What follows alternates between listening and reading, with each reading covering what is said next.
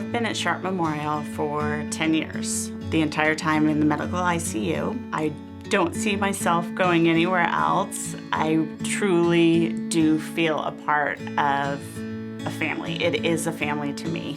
When I got here, pretty much loved it from the beginning. And really it's the teamwork that I found when I came here that has kept me here.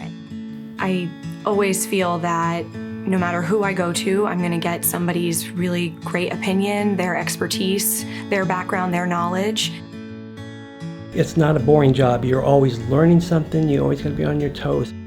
The people that I work with make it even better. That's all of us together that make this work.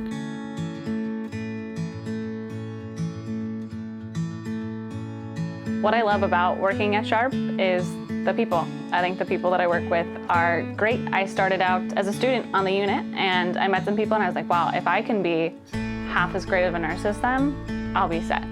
And now I work with these people and they're amazing. You know, I get to work with these people and I see, wow, what you did there was incredible.